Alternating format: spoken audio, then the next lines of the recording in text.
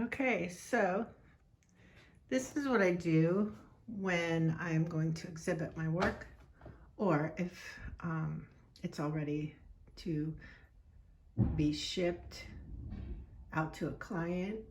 What I will do is, for example, in this series, I'm going to take this to the Images Art Festival in New Smyrna Beach in January.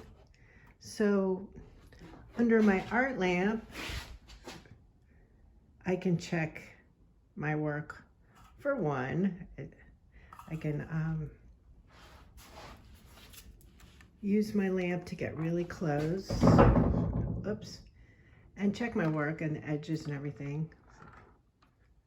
But to really check your work, I have used really good light inside and I really check it. But if you go out in the sunlight on a sunny day, any little issue you will see more so than a light inside a studio, unless you have like the best light. So now I'll meet you outside and show you how to check a couple paintings in the light. Okay, so here I am on my back porch and I can check how a painting looks in natural light, because you want it to look good in all different light. Some paintings, if they're really dark, you will need a lamp above it or really good lighting inside. You can tell your clients, but most paintings should look good in all light. But again, that's not everyone, but if you're doing a really dark painting, you will need different light. Okay, so watch this. Now I don't want to get a glare from the sun. Okay, so if there's anything you don't like, once you put it in the sun, you're gonna see it. And I know there's not on this one because I worked on it so long, but sometimes you'll miss something. So if you have the Gallia wrapped edges where you paint it so it's ready to hang, it can still be framed, of course, but if you're like me, sometimes I don't spend as much time as I should at first on the edges. So before I'm going to ship it or show it, I'll go back outside and just check my edges. I'm going to put a final coat of satin gel on this UV gel before I take it to show it in public, and I will put my name on it before I do the final gel coat. But again, taking your paintings out and you can just really see, you know, how it really looks in natural light. There's just something about it. And the reason I first did this was because I was on my way to a show many years ago. Took my paintings outside, walked them to the car, and one of them, I was like, oh no, look at that. There was something, I don't know what it was a long time ago, something that was wrong with it that I didn't see in the studio. And again, I know a lot of you artists have wonderful light in your studios, but still, there's just something about this. Here comes the sun. You might be able to see things differently now.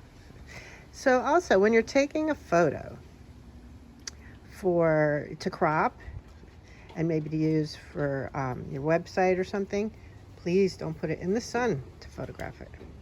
You want natural light. You don't want artificial light from above.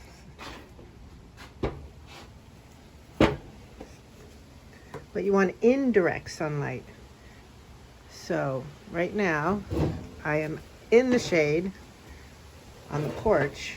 But there's a lot of, you want to be by a window with natural light, but no glare. So I'll take the picture when there's no glare on it. So that's why I like to take the pictures before I put the final coat of glaze or gel coat on. I use satin so that it doesn't have much sheen. Matte would have even less if you use a final coat of matte gel. But satin gives it kind of a nice lustrous look. I don't like a really heavy gloss. And so this one is still matte. But if you put your painting on a table or on the ground and photograph it looking down, I learned that in art school. For some reason, you get like a better square when you crop it.